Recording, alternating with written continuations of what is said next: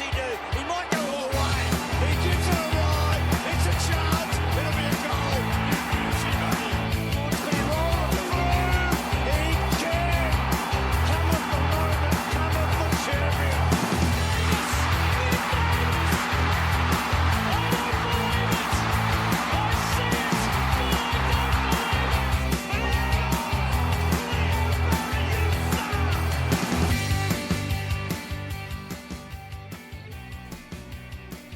A 5-day turnaround, injuries, and a dead-eye Franklin. The Swans in a nail-biter. It was another ripping round of footy, kicked off in glorious fashion by another Swans vs Essendon cliffhanger. There's just something about the way the two teams play. Don't know what it is, but they always bring the close games. We've got the review, the good, the bad, the ugly, and the usual stuff. I'm Justin, and with me is Josh this Monday night. It's the SwansCast, the #1 Sydney Swans weekend review podcast. Josh, thank you for coming on again. How was your weekend? My weekend was okay. It was okay. And I'm just going to leave it at that. The Swans didn't bump it up to a good? Well, that was definitely the highlight of the week. And I was pretty crook. I actually didn't watch the game live because I was crook. I watched the replay. So my weekend was kind of average. But, the game was good. Oh, the game was sensational. That's another great game I've missed live because I was doing something else. Well, last week it was fishing. This last weekend, it's now being sick. I don't know what you're going to do for the next one. To be honest, I think I'm actually working. I think I'm actually rostered on shift that day, so I won't be watching that one live either. Oh, no. No, I might have to get another guest on. Yeah, well, I mean, you'll have to tap Steve or Steven or Heather and give me the sack, I think. Yeah, I think you're on thin ice. Yeah, you can dock my pay. Dock your pay, yep. I'll take all $0 of it. I'll end up paying you. Yeah. Pretty sure you do already. Oh, well. Yeah, there you go. Top of the agenda, we've got a couple of big things to give an update on or discuss. The first one, Heaney, broken hand, 4 weeks. That one came from the match, Josh. Yeah, I'm surprised. I know it got a little bit of airtime in the press, but I'm surprised it didn't actually get more than it did. The only thing I can think of is that even though the footage looked like he hit that other player, I can't even think who it was now, may have hit him in the head. They must have got a report from Essendon saying it wasn't contact with the head at all. Otherwise, he would be almost certainly suspended for that, I think, if it was a strike to the head. Yeah. Yeah, and then we've got Rampy. News came out today, first reported by the Herald Sun, the Daily Telegraph, finally Fox Sports, and then Sydney finally acknowledged through their own portal that Rampy has been playing with a broken finger and will miss at least 4 weeks. Yeah, not good timing for us. No, it's not. We've got 4 big games coming up. We've got the Giants, which might not be the biggest miss, given that it's going to be Toby Green, and we've got players who can play on him. Yep. And Gold Coast Suns, it's going to be a little bit tough because they've got King and they've got some good players in the forward line. The big one, obviously, the big 2 matches are Geelong and Melbourne coming up after that, when we desperately need Rampy. Yeah, especially, both of those, but especially the D's at the moment. Yeah. And I know Geelong's a little bit down, but you've got to expect they've got to be a response out of them in the next week or two. Yeah, they never play poorly against us. They always lift for us. No, is that game in Geelong? No, fortunately it's in Sydney this time. Oh, so really? we might be on the up and up on that one, but I mean, Rampy missing, he's a crucial link in our back line. Yeah, no, he is. But look, Tom McCartan, he has been sensational this year. Mm-hmm. He's actually our top-ranked defender, key defender for the Swans. Yep. Does not surprise me whatsoever. So hopefully he can temper the loss. We are looking at a number of replacements who will come in. There's people already calling for Will Gould, but I'm not so sure about that one, Josh. What would you say is the obvious replacement for Rampy? The obvious replacement's going to be Milliken. Yep. I would actually, I think that this is probably a good week, given where the Giants are at the moment. I actually wouldn't mind Will Gould coming in for this game. I guess the problem is, though, that if he's not going to stay there for the teams we've got upcoming, and they're going to go with Milliken for those, they'd want to bring Milliken in anyway. Yeah. the other thing that might happen, and this would be the outside one, is that Rowbottom comes in for Heaney, Dylan Stevenson comes in to the middle, and they ship Mills back to the back line for the next few weeks. Yeah, that's another option as well. He can fill that role. The only issue, I guess, is that in the defence, we would have a significant lack of tools. So it might even mean shifting someone like Sam Reid back. Sam Reid. As well. And he has been playing lights out the last 2-3 weeks. He has had some very, very good matches. Well, so that would be a huge loss for us. This is the 3-year Sam Reid cycle, isn't it? So he goes injured, fantastic Yep. year, injured. Yep. Yes. And he, I don't know, a bit like Franklin. I don't mean injury wise fit, but he has a confidence about the way he plays at the moment. I don't think we've seen for quite a few years now. But I'd say 2012. Like his second year in AFL, he's playing like that. Oh no, his second efforts are awesome. His below the knees work's been awesome the last 2 weeks. Oh yeah, winning 2-on-1s pretty frequently. Big moments awesome in both matches too. Very big moments. Yeah, including taking a mark that Franklin would have taken. Yeah, fortunately didn't cost as much in the end. But that one, do you reckon that cost him a beer later on? They're like, "Nah, mate, you owe me one for that." Oh yeah, he definitely would have got back at him for that one. You know, don't stick your hand out, mate. I'm the big bud where I'm coming through. I'm on my wheels. Do not get in the way. You kind of think. I reckon a buddy maybe 6 to 8 years ago might have just cleaned him up. Probably as a bit of a like, I'm coming through, man. Don't you get in my way. Yep. Yeah. Kind of like big Barry Hall, big bustling bad Barry Hall. He would have just cleaned up all comers, teammates and not, and been just like, yeah, no, you're in my way. Get out of the way. Yeah. Oh, well, maybe not. We would have had a more open forward line, and Barry would have been the only person there anyway. So. Yeah, exactly. Yeah. Well, often he was the only player in the forward line. So the guy from Eagles, he can attest to that one as well, and a few other players. I think it was can't remember the Scott Thompson from North Melbourne when he had the brawl at full forward. Yep. Yeah, that's right. So classy. Well, I wouldn't say classy, but certainly classic Barry Hall moments. Just a quick message from us. We have reopened our Redbubble store, so we've chucked some items up on our shop. Have a look if you want. Reach out to us if you're interested in some products, but you can also find us on redbubble.com. Just search for the Swans Blog. We've got tons of stuff with the updated logo design, so check it out and have a look and let us know what you like. That'd be really helpful if people could have a look at that. We don't make any money out of it. Just the little bit of profit that does generate just goes to cover the hosting costs for the podcast, and that's it. We certainly don't get to pocket any of this, and Redbubble certainly makes more out of it than we do. Yes. Yeah, exactly. It goes back also into the podcast fees as well. For Clean Feed, we use Clean Feed for recording. Not the cheapest solution out there, but it does a good job. So it all goes back into the blog and the various products and services that we use to create our content. So, into the match review. I found a bottle of alcohol, and yeah, it's the same as last week, Josh. Hey, if there's any beer sponsors out there, we would love to hear from you. But this drink is about as wasteful as the Swans were in the first quarter. It's not a particularly good drink, not very palatable. It's pretty hit and miss. And there were moments in that first quarter, Josh, which the Swans could have been glorious like this mediocre drink, but in the end, just they shot themselves in the foot. Yeah, no, we sort of did, and it almost came back to haunt us in the end, didn't it? It really, for all the talk about how good Essendon were, it really should have been like a 4 to 6 goal win for us. It should have been a comfortable win, and it wasn't in the end. Yeah, hands down. We in the first quarter alone, we missed some absolutely dead set golden chances. Mm-hmm. Heaney missed one. He gave off another. I think Papley missed one. A couple other players missed them. And Franklin missed one. Franklin missed one. Yeah. And we just gave them the lead. There were 4 lead changes in the first quarter, but we just gave them the lead in the end. Yep. A couple of poor decisions in the back 50 or in the back half as well. There was a crossfield kick that was intercepted, and and there was something else that I can't remember what that was. Some kind of a turnover result in another really. The last 2 goals that Essendon had before quarter time were really easy, completely avoidable.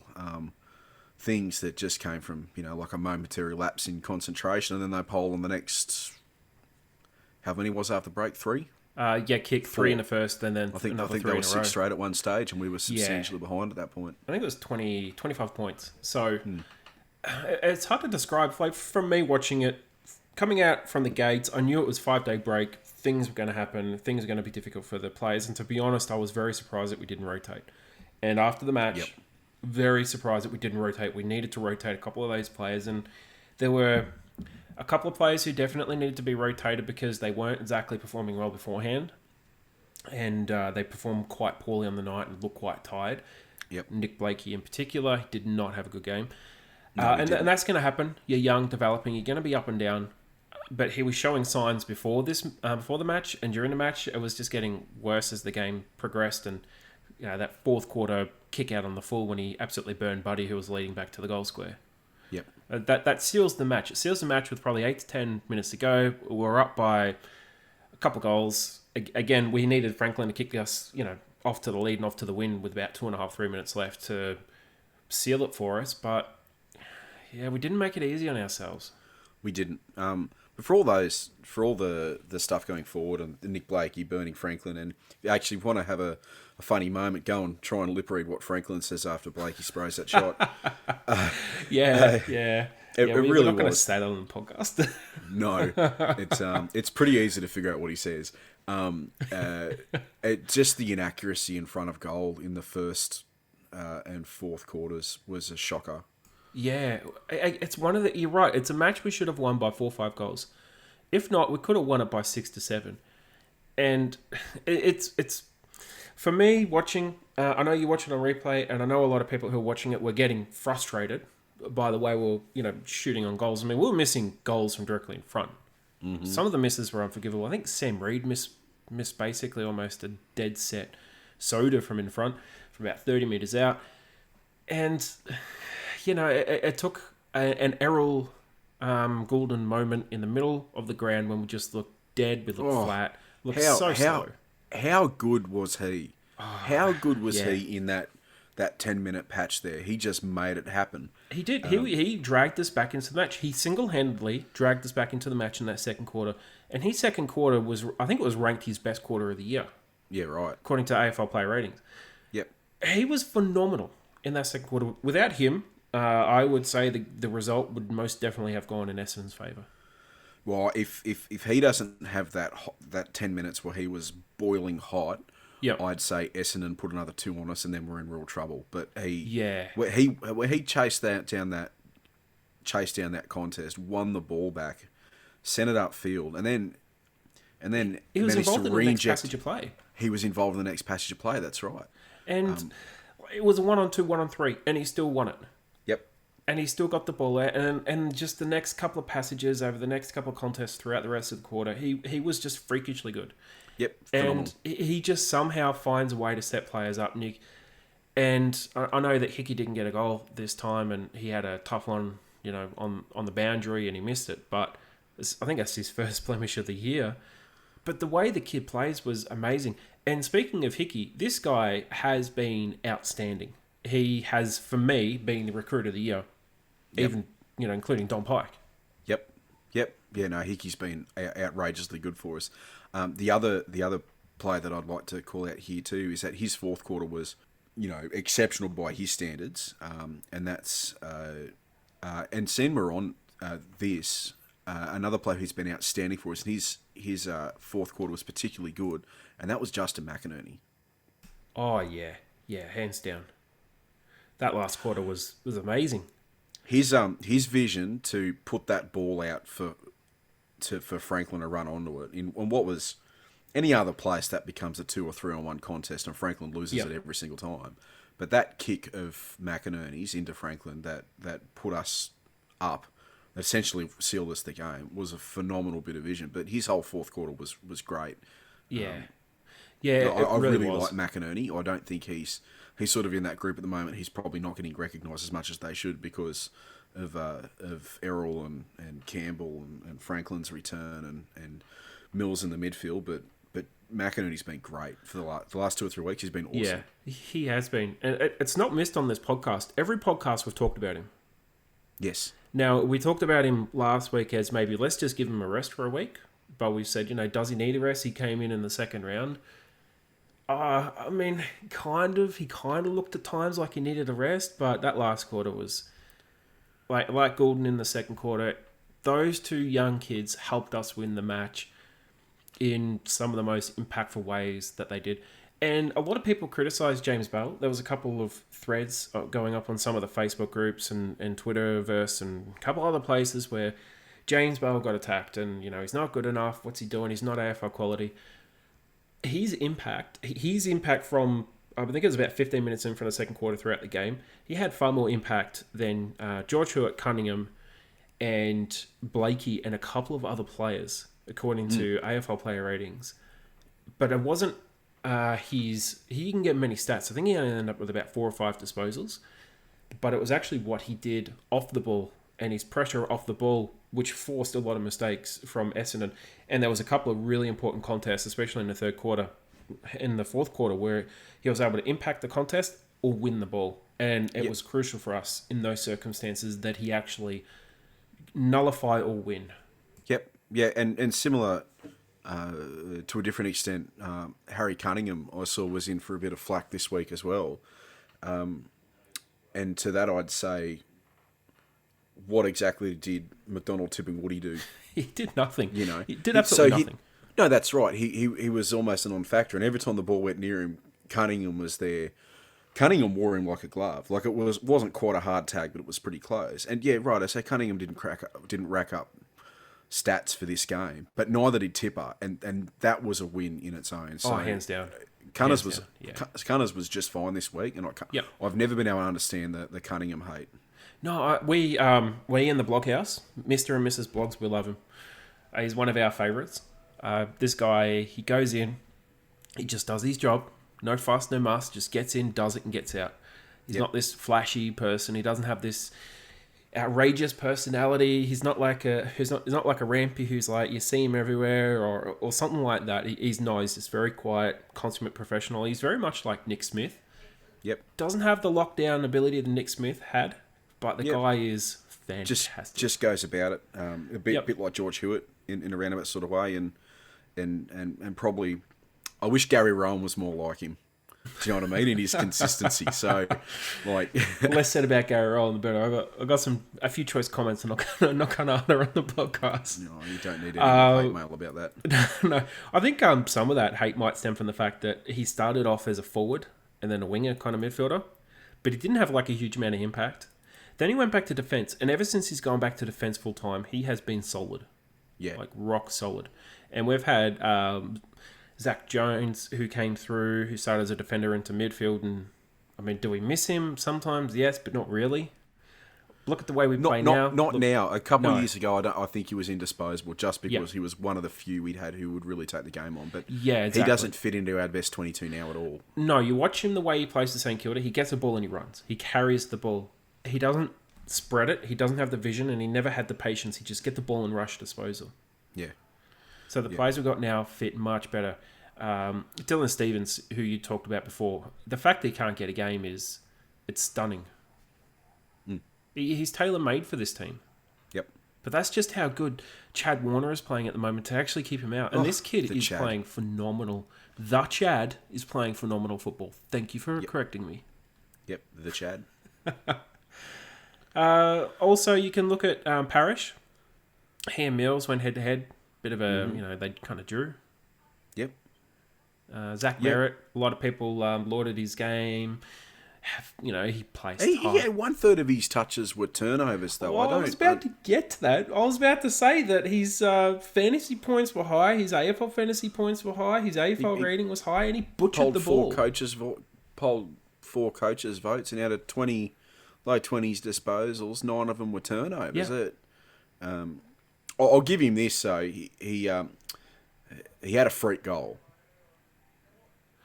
Well, that was Parrish. Oh, it was Parrish. Of course it was Parrish. Oh, well then, I'll take that back. Parrish's game was better than Merritt. Merritt overrated. Oh, Parrish was way better than Merritt. I don't know why I thought Merritt kicked that goal. Parrish was way better than Merritt, but Yeah. I thought Merritt's game was a little bit overrated. Well, I'm guessing we'll get to the AFL votes later, but I'm guessing 3 of those votes from Zach Merritt came from Bombers coach. yeah, righto. Yeah, fair enough. Yeah, so we'll cover that later. We got some stats to go through as well. And did I not say, just one last Yep. thing, did I not say that Jake Stringer would be dangerous this week? Oh yeah, he was. His first quarter looked, Jake Stringer classic. I just the Oh, fact shit that after they can, quarter time. You tipped almost nothing after quarter time though. yeah, except for the bit where he was rucking, like Yeah. that was Yeah. that was interesting. Like Yep. it was interesting. And Hickey fell over, and I think Hickey just looked at himself and went, "Yeah, that shit ain't happening again." Yeah. So then the next time he rucked, I think he almost threw him to the ground. Yeah, And then that was the end of Jake Stringer rucking when Hickey just like smashed it out of the area. ragdolled him. Yep. So, yeah, it was pretty funny watching him just tilt over, and I was just like, "Come on, man, what are you doing?" Yeah, no, look, their pressure in the last quarter was phenomenal. It really was. It was off the charts elite. It was like St Kilda's pressure against West Coast. It was off the chart. They had 36 tackles, but we still had more of the ball. We still dominated possession and had more of the ball, and we kicked 2-6. And couldn't put it on. Yeah, kicked 2-6, couldn't put it on the scoreboard. Plus 1 on the full. Yep. Yeah, so even with their pressure, which was sensational, you cannot take anything away from Essendon's effort. Our performance was bloody good in that pressure. Mm-hmm. Especially for a team with a whole lot of young and inexperienced players, they were fantastic. We would have, last year and the year before, we would have almost Folded. certainly folded in that fourth quarter. Like a cheap suit. Yeah, if not the third. Yeah. No, I agree. And actually, I think despite the fact we couldn't hit the broadside of a barn, that Yeah. it probably shows that there's a resilience back in the team that we haven't had for the last couple of seasons. Yeah, there's a bit of belief, a bit of confidence. And it's... I haven't seen it for a long time, just belief in the system. Just the system will sort you out, just stick to it. And they did. Mm-hmm. They found, passages of play in the fourth quarter where they were able to open Essendon up. Yep. Not often. And but I'm they so still did glad that it's probably the first time we've been tested on the scoreboard. Well, it is the first time we've been tested on the scoreboard this year. We didn't just go back to form, stick one behind the ball, put an extra behind the ball, flood the back line, and then not be able to move it forward and try and defend a really narrow lead at the end. It was just attack. Yeah, exactly. I liked it. I think that was telling in our disposal efficiency as well, which was quite poor. Well, certainly from our standards of the first 3 rounds, which have been anywhere from like 72 to 76%. We only went at 67%. Yeah, and part of that's Essendon's pressure in the last as well. Yeah, which we already said was elite. But the other interesting thing, and was contentious for Essendon supporters, and also a couple of Fox sports-based TV shows and whatnot, making a big deal of, was the free kicks, and especially the Tom Hickey non-free kick. Well, yeah, I don't know how many times, whenever this comes around, but I've always got the same thing, that if you're worried about 1 or 2 umpiring calls being the cause of you losing the game, you got to figure out somewhere else. So for argument's sake, say that Sam Reid not getting awarded holding the ball, which would have almost certainly been a goal in the first quarter. Yeah, exactly. If that had been the difference in us winning or losing that game, you can't go, well, we kicked, what did we kick? Something 17 behinds, but it was the umpire who made us lose the game. It's complete and utter rubbish, so... Yeah, there was a couple ones, Goulden getting decapitated, called play on. Yeah, it was to be fair, that was called play on for the majority of the weekend. So although it looked bad for us in our game, it was consistently umpired, at least, to a degree throughout the weekend. But yeah, that holding the ball one was 100% there. And it was the same one as pretty much the Brisbane Geelong game from round 2. It was carbon copy. It should have been paid. Yep, but that's not why Essendon lost, and if Essendon had have won, it's not umpiring why we would have lost. It would have been our poor conversion front of goal. So it's just excuse making. There's very few games where I think you can legitimately blame umpires for losing a match, where you've played a good game and they've stuffed it up and lost it for you. Like, they're very few and far between, but this definitely wasn't one of them. No, it wasn't. And look, there's a couple of key areas which definitely contributed to the win. One was that even though the hit-out difference wasn't huge, it was only 8 hit-out difference to us, we recorded between Hickey and Sam Reid 12 hitouts to advantage, when 2 meter Peter only had 4 hitouts to advantage. Yeah, and 2 meter Peter got absolutely ragdolled by Hickey at one stage as well. Even Sam Reid. Sam Reid was dominating him around the ground. And Sam Reid had 4 hitouts to advantage. 4. Yep. I mean, this guy gets 2 hitouts lucky in rock. Yep. But you're right. Other than tackles and a bit of disposal efficiency, we dominated everything else. Yeah. 23 clearances. It really should have been a 4-6 goal win for us. It really should have been. Yeah. We smashed them in centre clearances and contested possessions. 3 monster. of Essendon's strongest stats before coming into this game. Yep. So, we punished them. We'll just quickly go through the best players. I'll kick it off with Tom Hickey. 14 disposals, 12 of them contested. He had 8 clearances, 27 hitouts, and 9 to advantage. When was the last time we had a ruckman putting those numbers up? 27 hitouts with 9 to advantage. You'd almost have to go back to Mumford, wouldn't you? Yeah, you would. You would for this one. So good. That's what contributed so much to the centre clearance dominance. Oh, yeah. So, yeah. It was sensational. Next was Lukey Parker. Leading disposal getter, I think, with 32, 16 contested, 7 marks, 8 intercept possessions, 1 goal, 6 clearances, 8 inside 50s, and 11 ground ball gets, and 10 AFL coaches award votes. Yes, we're going to cover that one later. Yep. Sam Reid, 2 goals, 7 marks, 6 of them contested, and they were pretty bloody big ones too. Yep. 8 hitouts and 4 of them to advantage. He also had, believe it or not, 7 1%ers and a goal assist. I would believe that with the way he's gone the last 3 weeks. I would believe he would be racking up the 1%ers. Lloyd, 25 disposals, 3 tackles, 11 intercept possessions, and 7 marks, and will be working his ringer off for the next 4 weeks. Yep. Hands down. He'll actually have to play a defensive role. But the fact he's getting tackles is mighty impressive for a guy who went months without tackles at one point. Yeah, that's sort of only ever been the real knock I've had on Jake. And I understand that they actually want him to be that loose man who's not doing it, but sometimes you just go in there. Just get in there. Just tackle him. The Chad, 23 disposals, 6 clearances, 6 tackles.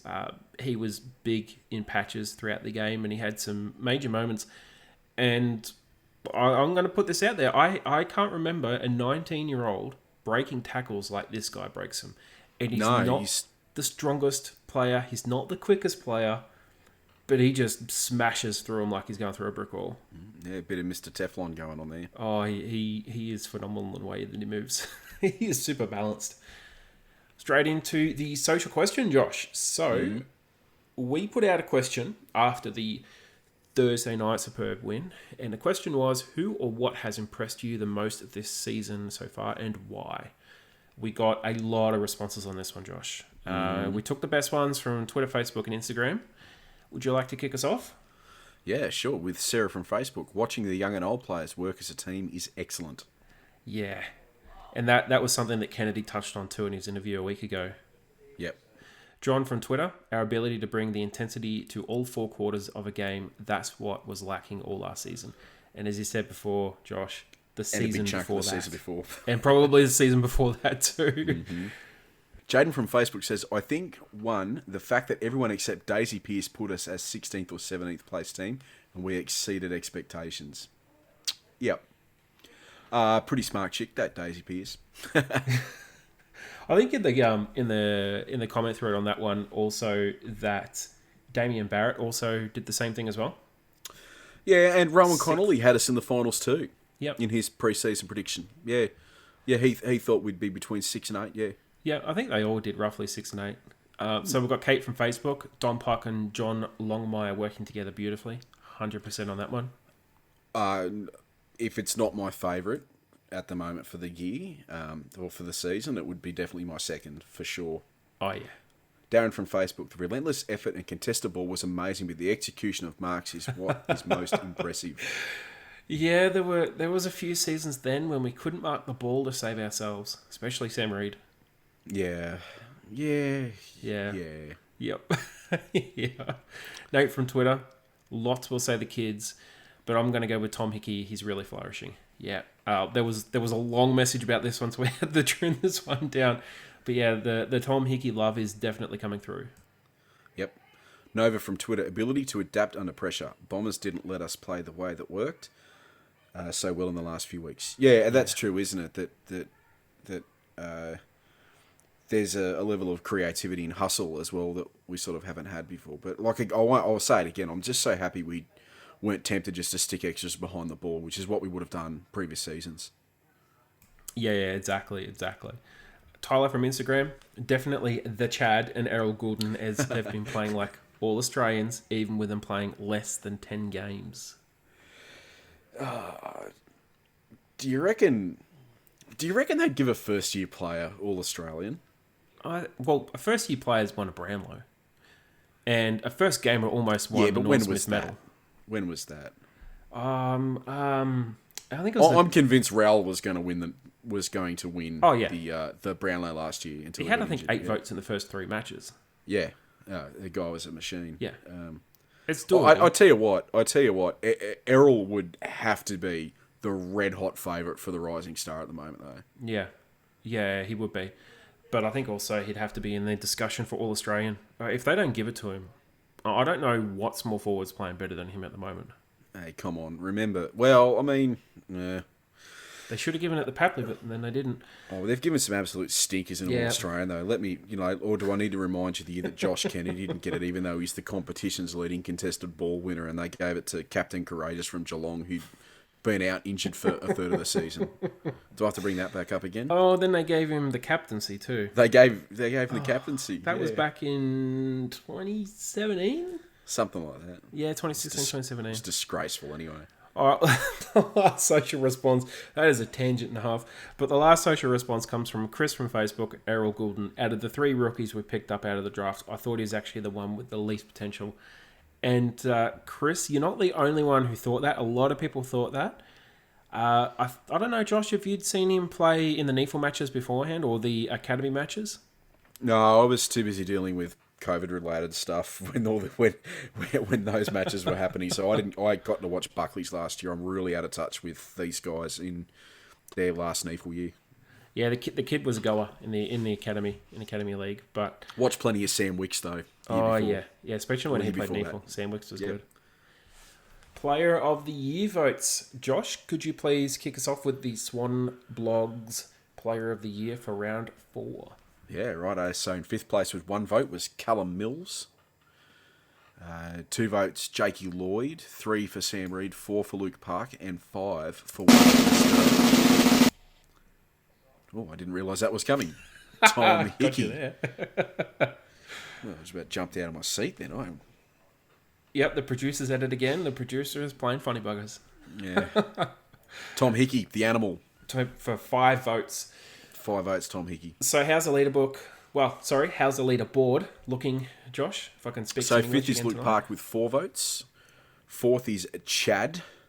I can't even count here. There's 6 players on there. So Luke Parker is 6th with 4 votes. Chad Warner 5. Sam Wicks 5. Errol Goulden 8. Callum Mills 10. And Tom Hickey, is leading the pack at 11 at the moment. Yep. Go Tom Hickey. And look, this isn't much of a surprise because we've got the AFLCA votes. And I'll touch on the fans' Player of the Year as well. And Tom Hickey, believe it or not, leads the Swans Blog's Player of the Year award, the AFLCA votes for Sydney, and the fans' Player of the Year as well. Yeah. This dude is on fire. Yeah. So AFLCA votes came in today. Luke Parker, no surprise, with 10 votes, Josh. Mm-hmm. Followed up with 8 for Sam Reid. Yep. Zach Merritt. I don't understand that for Zach Merritt, but anyway. 4. 3 for Tom Hickey, 2 for Callum Mills, 1 for Josh Kennedy, and 1 from Jordan Ridley, who was, he was all right. He was good. Yeah, I don't understand that. I don't know how Chad Warner doesn't get a vote there. Well, you've got Rutten giving 3 to Merritt and 1 to Ridley. Yeah, that's true. so that's how it happened. That's how it happened. But Parrish doesn't get a mention. No, and Parrish was light years ahead of Merritt. Plus, there was other players who are way better than Merritt. Just saying. Yeah, I know. Do you think it's just like a sympathy vote? I didn't rate him off. I thought he had a stinker. Yeah, well, he might have had a role which was to hand the ball over, who knows. Well, stinker might be a little bit too harsh, but he wasn't outstanding. He certainly wasn't AFL-CA vote material. No, he handed the ball over to the Swans far too many times. Uh-huh. So our leaderboard, and this is where things get a little bit interesting. We've got Tom Hickey on 14 votes, Callum Mills on 13, Wicks and Parker tie for third on 10. Then you got Goulden in fifth with 9, and Reed and Dawson tied for sixth in 8 points each. Mm-hmm.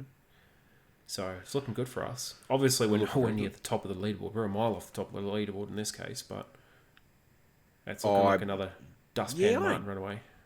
Care about the leaderboard. I'm just happy with the even contribution. Oh, it's been sensational. We've had 3 different players who have picked up 10 votes. Yep, which in seasons past definitely would not have been the case.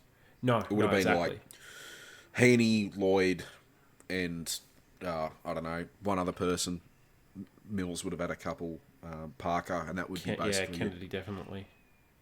Dawson, a couple here and there, but it is great to see that representation. And often it's been very difficult for us to actually pick Player of the Year from our side, purely based on the fact that everyone's just been so even in their contribution. Yep. All right, time for our Monday champions and Monday villains. Josh, could you please kick us off?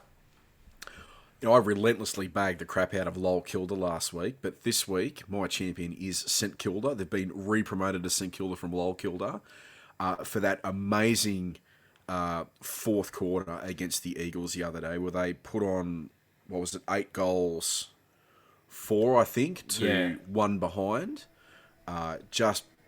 They were behind, they rose to the occasion, and just once Shannon Hearn was off the field, West Coast got a bit wobbly at the knees, and St Kilda just went for the jugular. And to be fair, they were actually pretty good for the whole match, but the last quarter in particular, they just went to town, and they were phenomenal.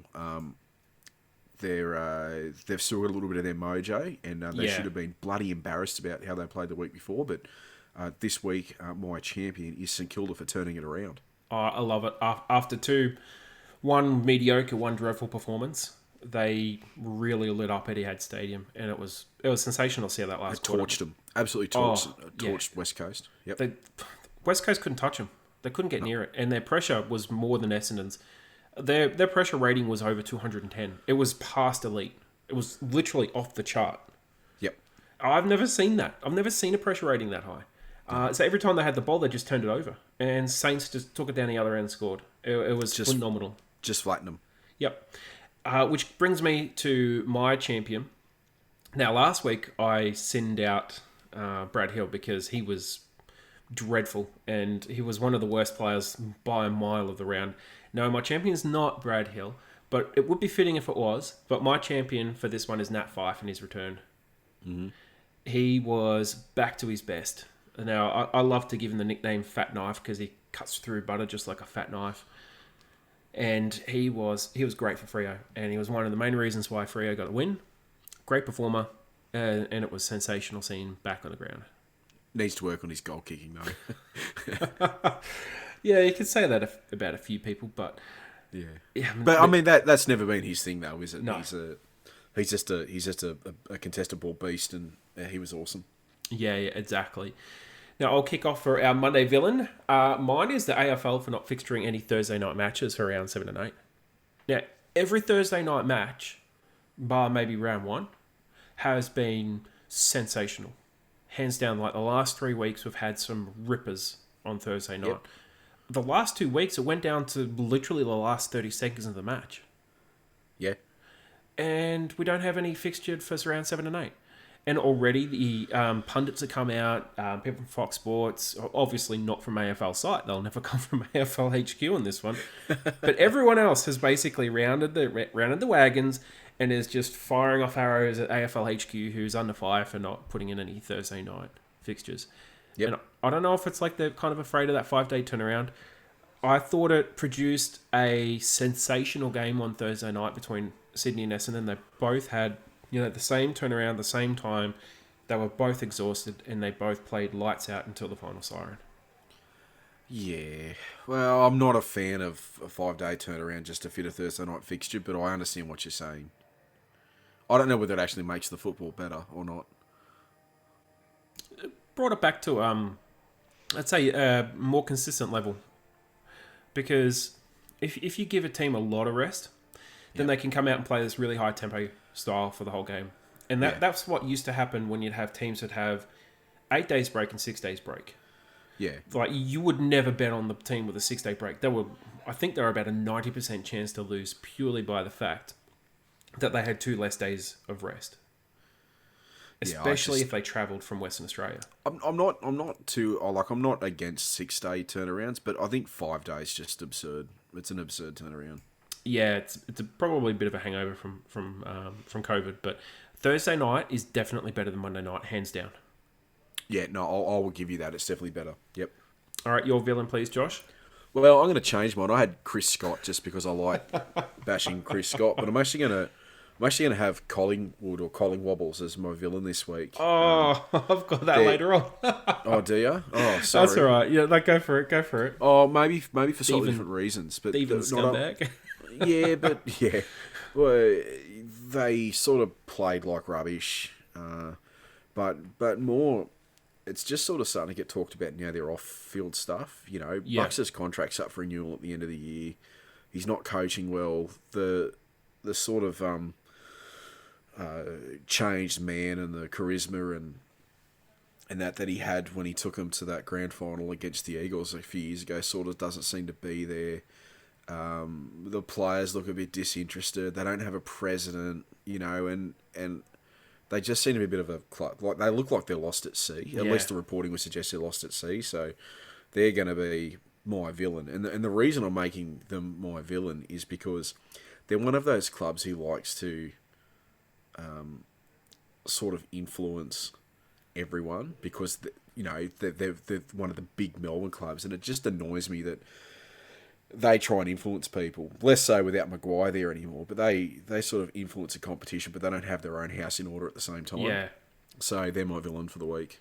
No, I like it. And I really like the point about the club being a bit listless as well. You can look at the fact that they had a significant turnover of reasonably experienced to very experienced and certainly very good players in the off-season last year. They're looking at more turnover this year. Their salary cap pressure is extreme. They're even paying players to go play at other clubs, like Adam Treloar. I'll tell you what, if we can't win it this year, and history would say we probably can't, right? Yep. But we'll give it a good shake in the finals anyway, and I'll be ecstatic. Like, don't jump the shark, man. Oh, don't jump the shark. Mate, like we said last week, the pot's boiling, the lid's rolling off down the street. You can't keep a lid on it anymore. We're playing finals this year, barring something catastrophically happening.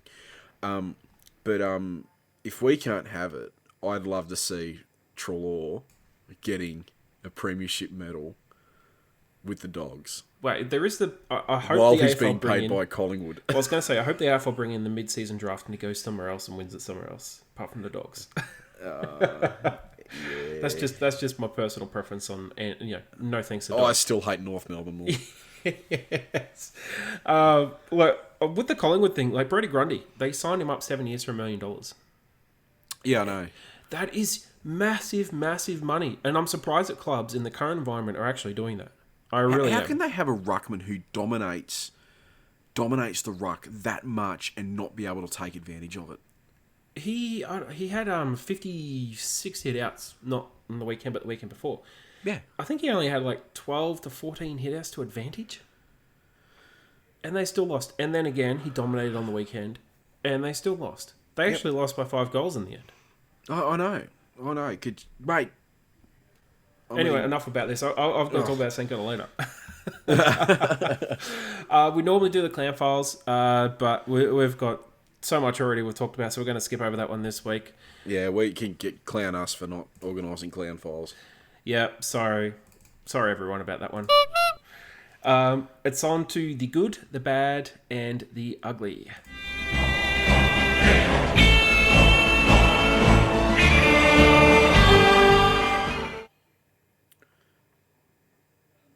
Alright, so I'll kick things off with my good for the weekend, Josh.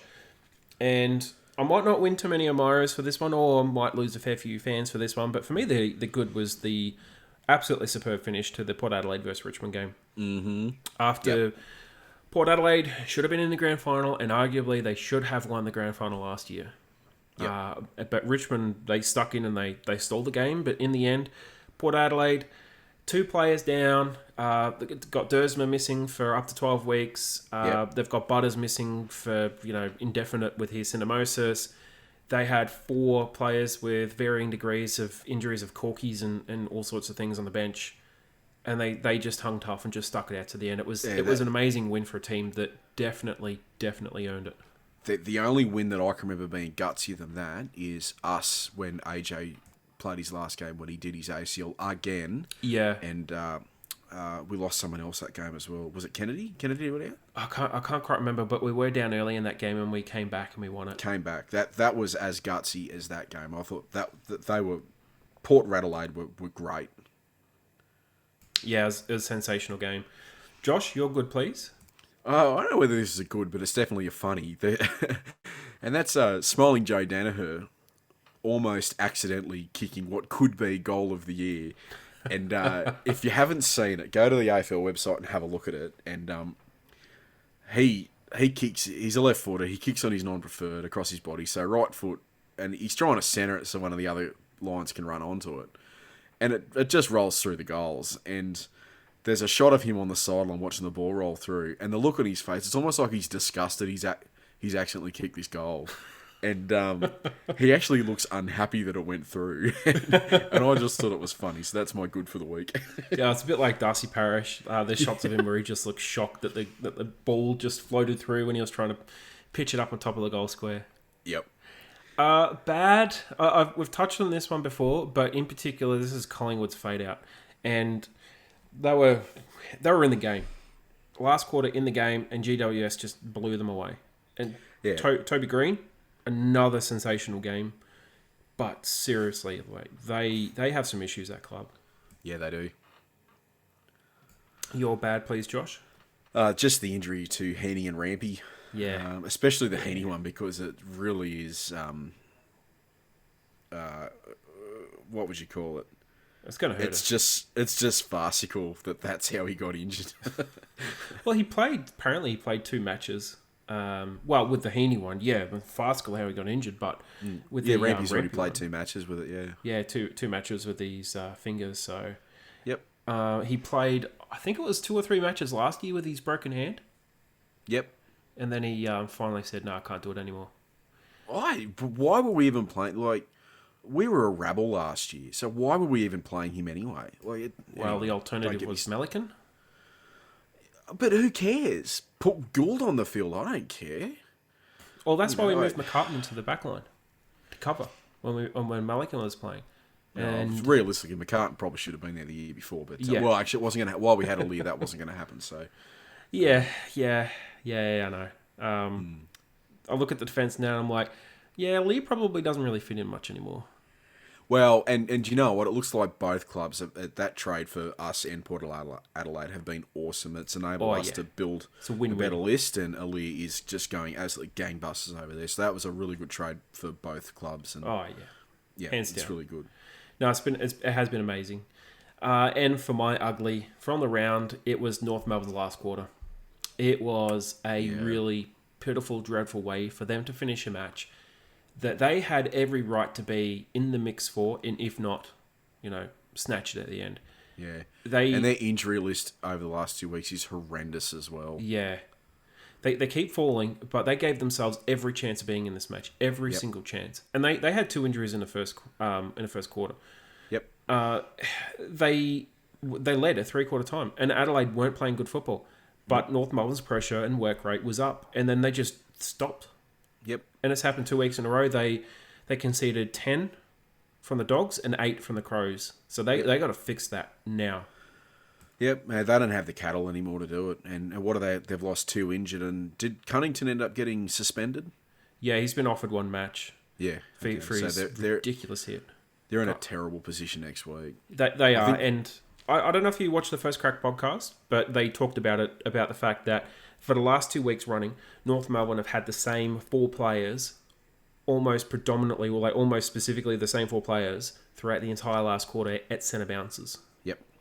Yep. And they've just been getting smashed every contest in the last quarter for the last 2 weeks, so they need to fix that, yeah. Yep.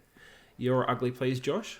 The injury to Stephen May, and I know it was an accident, and ironically, well, not ironically, but I always think that Tom Hawkins gets suspended or fined for stuff that nearly every other player wouldn't get suspended or fined for. I don't know. I just think the MRO doesn't like him. I don't like Tom Hawkins, but the MRO doesn't like him either. Sometimes he gets done for stuff, and you go, "Really? Like what? Yeah. You're going to give him a week for that?" But I'm glad that I'm glad that they just left him alone on this. But it was just a freakish accident. And it's really messed up Stephen May's face. He's got a fractured orbit in his eye, and his eye swollen shut, and it looks really ugly. It the does. advantage for us is that he ain't going to be there when we meet them in a couple of weeks' time. No, there's some interesting reporting, and I use the word interesting quite loosely here because he also suffered a concussion. So he has to miss the next 12 days, right? He can't play in the next 12 days. One particular article I read, and I read a couple, but one particular article said he's likely to miss the next 2 matches because of concussion. Now, Melbourne's next 2 matches are within 12 days. Yeah. So it's not likely he will miss the next 2 matches. There's nothing likely about it. Fractured eye sockets, depending on severity, are usually 2 to 4 weeks. But in Stephen May's case, that was quite severe, so I will be shocked if he doesn't play. If he plays within the next month. They could play it, and he could be back in 2 weeks. I'd be shocked, though, from what he had, if he's even back training inside 2 weeks. Yeah. Yep. So, yeah, it is what it is. That's it. That's the cast again for tonight. So, again, thank you, Josh, for coming on. It has been an absolute pleasure. Thank you very much for having me. And, well, I'm sure I'll get to watch another replay this week. Yeah, well, it'd be nice if you started watching these games live. Yeah, the life of a shift worker, eh? No, I know. Can't blame you for that one. You're out there saving us all. And again, thank you to everyone who's listened all the way through. If you do like what we do, make sure you jump onto Apple Podcasts if that is your preferred platform. Chuck us a like, chuck us a review. Let us know what you like, and we'll hear from you soon, we hope. But Josh, until next time, cheer the Swans. Go the Swannies.